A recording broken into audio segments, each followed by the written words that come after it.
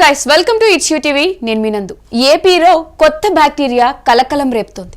దీనికి సంబంధించి మనతో పాటు జాయిన్ అవ్వడానికి డాక్టర్ మురళీకృష్ణ గారు ఉన్నారు. ఆయనతో మాట్లాడి అసలు ఇది వైరసా, బ్యాక్టీరియానా, దీనికి సంబంధించిన పూర్తి డీటెయిల్స్ తెలుసుకుందాం. ఈ స్క్రబ్ టైఫస్ అనేటువంటిది ఓరియంటియా చుషుగామిషి అనేటువంటి బ్యాక్టీరియా, ఒక రకం బ్యాక్టీరియా వస్తుంది. ఇది కణాలలో ఉండేటువంటి, కణాల్లో పెరిగేటువంటి అంతర కణ జీవి. సో దీంట్ని మేము రికెట్సియా అంటాం అనమాట. రికెట్ సెల్ జీవి. ఇది బ్యాక్టీరియాలో ఒక తరహా, ఇది వైరస్ కాదు. ఈ స్క్రబ్ టైఫస్ అనేటువంటిది ఈ రికెట్ సెల్ అంతరకణ జీవి వల్ల వస్తుంది. ఇప్పుడు ఏపీలో వైరస్ అయితే కాదు. అవును సార్, ఇప్పటి వరకు ఒక 1300 కేసెస్ ఏపీలో నమోదయ్యాయి అని చెప్పి వార్తలు వస్తున్నాయి. అంటే అక్కడ ఉన్న ప్రజలందరూ కూడా భయపడుతున్నారు. పొలాల్లో చిన్న చిన్న మురికి కుంటల దగ్గర, కాలువల దగ్గర కూడా ఎక్కువ ఈ బ్యాక్టీరియా ఫామ్ అయ్యే ఛాన్సెస్ ఉన్నాయి అంటున్నారు. అసలు దీనికి సొల్యూషన్ ఏంటి సార్? అండ్ ఇది సోకిన తర్వాత ఒక మహిళ కూడా రీసెంట్గా మరణించారు. అంటే దీన్ని మనం ఇంతకు ముందులాగా ఒక డెంగ్యూ ఆ కైండ్ ఆఫ్ సివియర్గా తీసుకోవాలంటారా? దీనికి మెడిసిన్ ఉందా? ఇది ముఖ్యంగా డెంగీ ఎలాగైతే ఒక దోమల మూలంగా, మలేరియా అయితే దోమల మూలంగా ఒక వెక్టార్ అంటాము, ఒక వాహక జీవి మూలంతో క్యారీ అయ్యేటువంటి జీవి బ్యాక్టీరియా ఇది ఏదైతే నల్లుల యొక్క లార్వా దశల్లో వాటిని చిగ్గర్స్ అంటూ ఉంటాము. అవి కుట్టినప్పుడు మనకి సాధారణంగా ఈ పొదల్లోనూ, లేకపోతే చెత్తలోనూ, లేకపోతే గడ్డి అడ్డదిడ్డంగా పెరిగినటువంటి గడ్డిలోను, వ్యవసాయ క్షేత్రాల్లోనూ, అడవుల్లోనూ ఉండేటువంటి ఈ చిగ్గర్స్ మూలంగా అవి కుట్టినప్పుడు ఈ వైరస్, ఈ బ్యాక్టీరియా ఏదైతే ఓరియంటియా చుషుగామిషి అని చెప్పుకున్నామో ఇది వస్తూ ఉంటుంది. ఇది అంటువ్యాధి కిందే మనం చెప్తాము. అంటువ్యాధి అనేటువంటిది ఏంటంటే ఏదైనా ఒక బ్యాక్టీరియా లేదా వైరస్ లేదా ఫంగస్ లేదా పారాసైట్ మూలంగా వచ్చేటువంటి జబ్బుల్ని అంటువ్యాధులు అంటుంటాం. ఈ అంటువ్యాధులు రకరకాలు ఉంటాయి. మనుషుల నుంచి మనుషులకు వచ్చేటువంటివి, గాలిలో వచ్చేటువంటివి, అట్లనే వెక్టార్ ఏవైతే ఇప్పుడు మనం చెప్పుకున్నామో ఇట్లాంటి చిగ్గర్స్ మూలంగా వచ్చేటువంటివి, లేదా దోమల వల్ల వచ్చేటువంటి ఇతర కీటకాల వల్ల వచ్చేవాటిని, వీటిలన్నింటినీ కూడా బ్రాడ్గా మనం అంటువ్యాధులు, సాంక్రమిక వ్యాధులు, వాటిని ఇంగ్లీష్లో ఇన్ఫెక్షస్ డిసీజెస్ అంటాం. కట్టడం ఎలా అంటే, ఇంతవరకు ఏదైనా చిన్న డిసీజ్ వచ్చినా, ఏదైనా ఫీవర్లో వచ్చినా కూడా జనాలు అంతగా పట్టించుకోరు. ముఖ్యంగా పల్లెటూరులో ఏంటంటే ఎక్కువ మంది ఆ పొలాల్లో అది పని చేస్తూ ఉంటారు కాబట్టి వాళ్ళు నార్మల్గా తిరిగేస్తూ ఉంటారు. ఇప్పుడు ఇది ఇంత సివియర్గా జరుగుతుంది కాబట్టి దీనికి ఏమైనా బిఫోర్ ఏమైనా టీకాలు వేయడం కానీ అలాంటివి ఉంటాయా సార్? నిజానికి ఈ స్క్రబ్ టైఫస్ అనేటువంటిది కొన్ని వేల సంవత్సరాలుగా మనుషుల్లో ఉంది.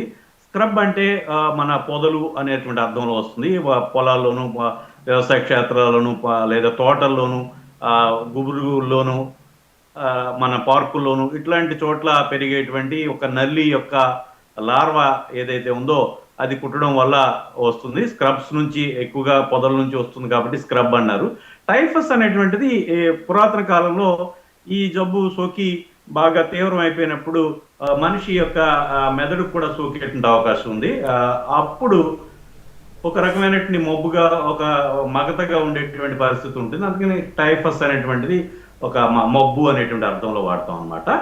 సో ఆ రకమైనటువంటి పేరు దీనికి మొదటి నుంచి ఉంది. అయితే ఇక్కడ ప్రధానంగా చెప్పుకోవాల్సింది, ఇది కొత్త జబ్బు కాదు. గతంలోనూ ఎప్పుడు ఉన్నదే.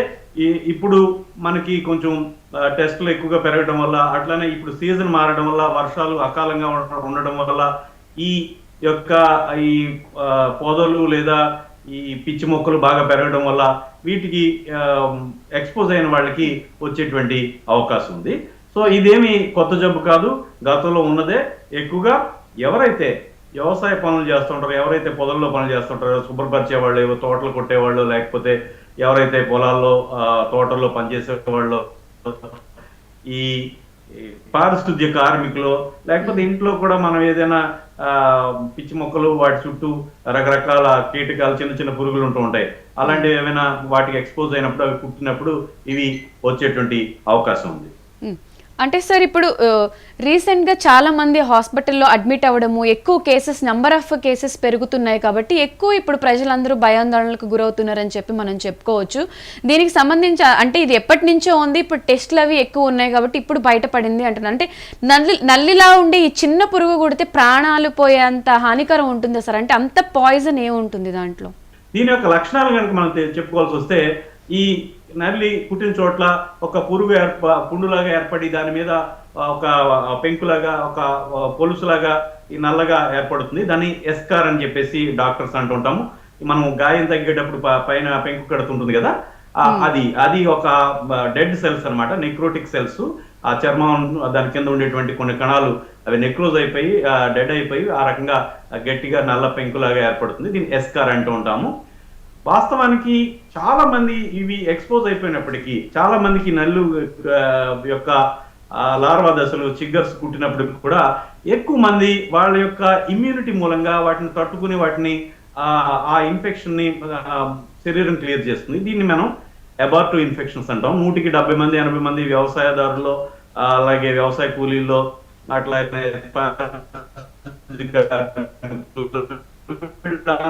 కూడా ఈ ఇమ్యూనిటీ మూలంగా చాలా మంది వాళ్ళలో అందించినటువంటి యాంటీబాడీస్ ఉంటాయి, కానీ వాళ్ళు ఏనాడు జబ్బు పడినటువంటి సందర్భం ఉండదు. సో ఎవరైతే బలహీనంగా ఉంటారో, ఎవరి ఇమ్యూనిటీ అయితే తక్కువగా ఉంటుందో, ఎవరైతే పోషకాహార లోపం ఇలాంటి వాటిల్లో ఉన్నారో వాళ్ళలో మాత్రం ఇది మొదలవుతుంది. ఇది ప్రధానంగా ఒళ్ళు నొప్పులు, జ్వరం, అట్లనే గజ్జల్లోను, మెడ మీద లింఫ్ నోడ్స్ వాపు, వీటి ద్వారా మొదలవుతుంది. అలాగే తీవ్రమైన ఒళ్ళు నొప్పులు, కీళ్ళ నొప్పులు కూడా ఉంటూ ఉంటాయి. సో ఎవరైతే ఇవి దీర్ఘకాలంగా ఉంటారో వాళ్ళు, అంటే ఒక వారం 10 రోజులుగా ఇలాంటి ఇబ్బందులు ఏమైనా ఉంటే తప్పనిసరిగా వైద్యుని సంప్రదించాలి. ఏదో కుట్టింది, ఇదేదో 4 రోజుల్లో తగ్గిపోతుంది, అది 10 రోజుల్లో తగ్గిపోతుంది అనేటువంటిది ఒక విధానం అయినప్పటికీ, అది ఇంకా దీర్ఘకాలంగా కనుక క్రానిక్ అవుతూ ఉంటే, కొనసాగుతూ ఉంటే డాక్టర్ని సంప్రదించాలి. లేకపోతే ఇవి ప్రధానంగా ఊపిరితిత్తులకు చేరవచ్చు, న్యూమోనియాలాగా రావచ్చు, అట్లనే ఇంకా మెదడుకు చేరవచ్చు.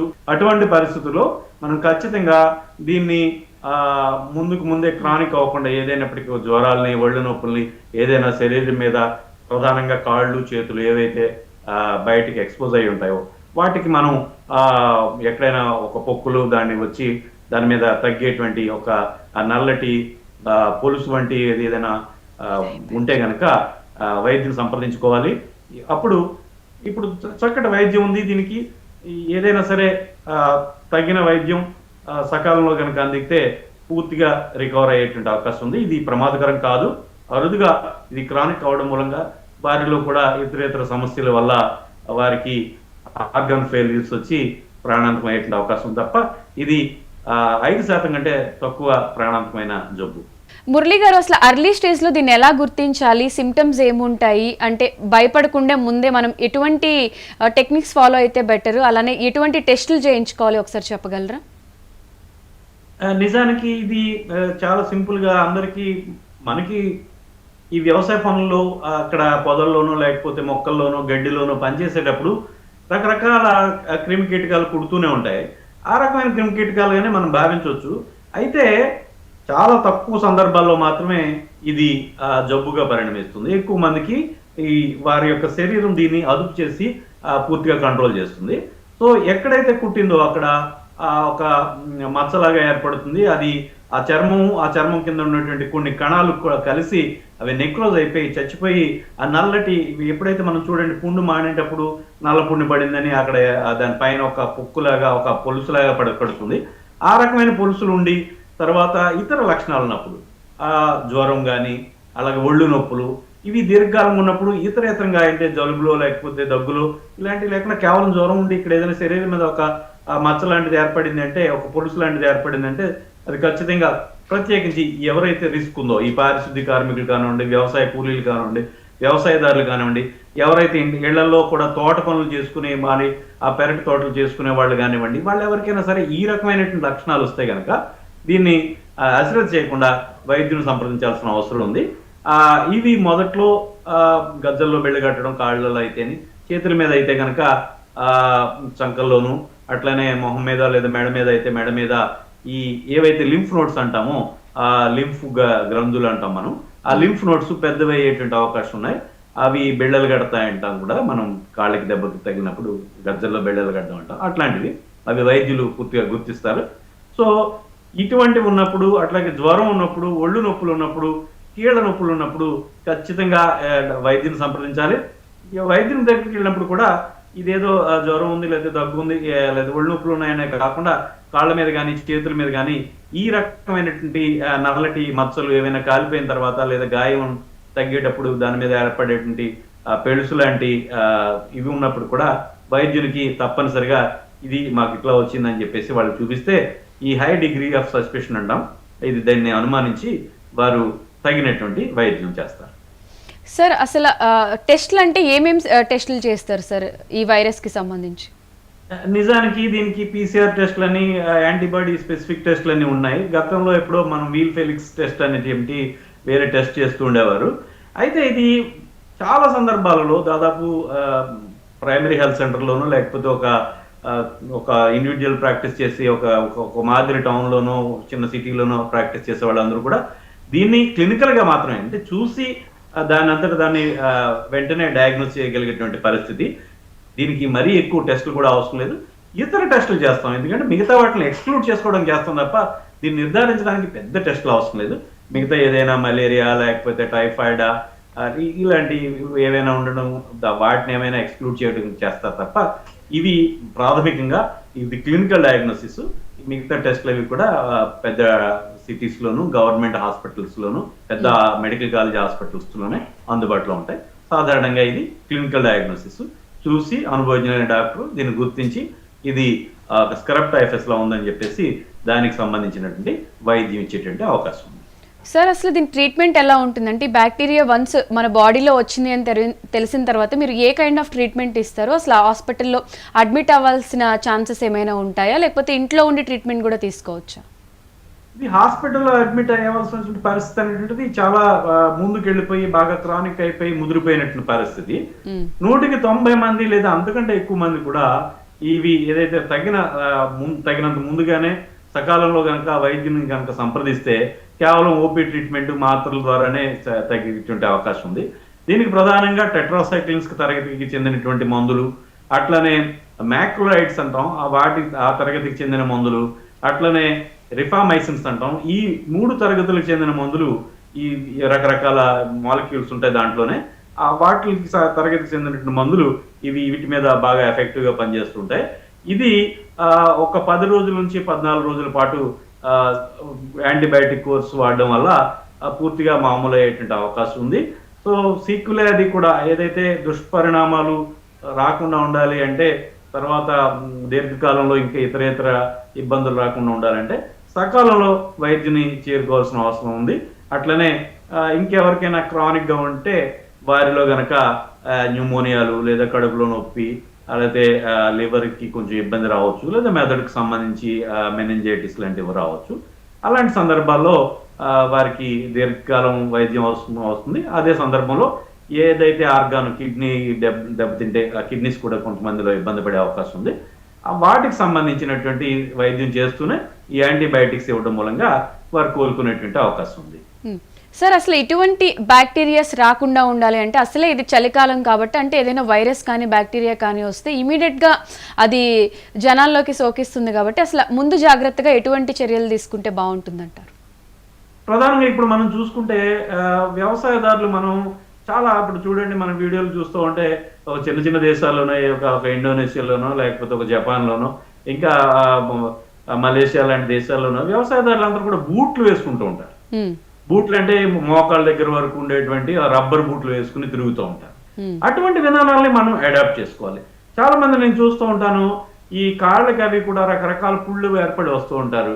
వాళ్ళకి ఒక ఎగ్జిమాలు, ఎలర్జీలు, ఏవైతే మనం పెస్టిసైడ్స్, పురుగు మందులు, అట్లనే ఈ గడ్డి మందులు, గుళికలు ఇవి వేసినప్పుడు కాళ్ళవి కూడా చాలా దారుణమైనటువంటి పరిస్థితిలో వస్తూ ఉంటారు. వాళ్ళకి బొబ్బలు ఎక్కిపోయి చర్మం ఊడిపోతూ వస్తూ ఉంటారు. సో ఇవన్నీ కూడా మనం అవాయిడ్ చేయాలంటే మనం ఈ టెక్నాలజీని, అట్లనే ఈ సైన్స్ ఇచ్చినటువంటి ఈ ఉపకరణాలని మనం ఉపయోగించుకోవాలి. ఖచ్చితంగా వ్యవసాయదారులకి, నేను వ్యవసాయ కూలీలు కూడా నేను గట్టిగా చెప్తున్నాను, ఈ రకమైనటువంటి ఇప్పుడు మనం డ్రోన్లు వాడుకుంటూ పిచికారీ చేయడం వరకు సంతోషమే, కానీ మనం చేలో కంటూ మనిషి దిగేటప్పుడు ఖచ్చితంగా ఒక బూట్లు వేసుకోవాలి. ఒక బూట్ కొనుక్కుంటే, ఒక జత బూట్లు కొనుక్కుంటే జీవితకాలం వచ్చేస్తుంది ఒక మనిషికి లేదా ఒక వ్యక్తికి.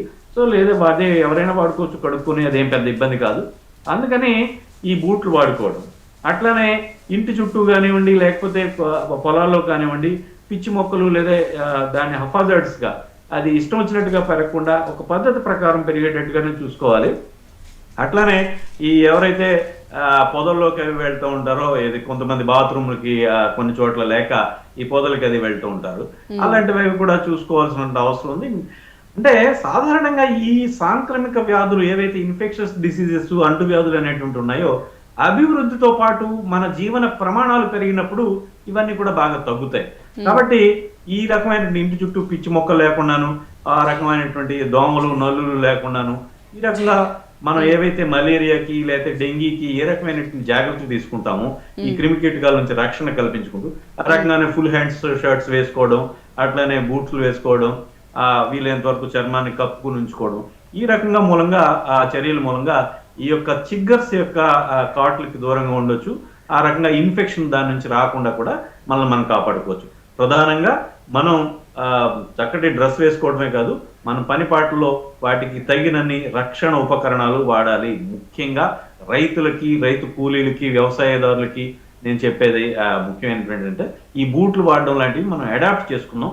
ఖచ్చితంగా ఇలాంటి మంచి లక్షణాలు మంచివి చేసుకుంటూ ఒకసారి కొనుక్కుంటే ఎప్పటికి ఉండిపోయారు కాబట్టి, సో ఇలాంటి రక్షణ చర్యలు. అట్లనే పారిశుద్ధ్య కార్మికులు కూడా, వారు కూడా ఖచ్చితంగా బూట్లు వేసుకోవడం అనేటువంటిది, ప్రభుత్వాలు కూడా వీటి గురించి మనం ఆలోచించాలి. వారికి బూట్లు ఇవ్వడం అనేటువంటిది. సో బూట్లు అయితే రబ్బర్ బూట్లు మోకాళ్ళ వరకు ఉండేటువంటి వాడుకోవడం, అట్లనే ఫుల్ హ్యాండ్స్ లేకపోతే చేతులు అవి పూర్తిగా కప్పేటట్టుగా, అలాగే ఈ ఇంకా తప్పనిసరి అయినప్పుడు ఓడోమాస్ లాంటివి పైన అప్లై చేసుకుంటూ ఈ దోమల నుంచి, ఈ చిగ్గర్స్ లాంటి వాటి నుంచి రక్షణ కల్పించుకోవాల్సినటువంటి అవసరం ఉంది. ఓకే సార్, ఈ బ్యాక్టీరియాకి సంబంధించి చాలా ప్రజలు ఎంత అప్రమత్తంగా ఉండాలో చాలా అద్భుతంగా వివరించారు. Thank you sir, thanks for joining. Thank you అండి.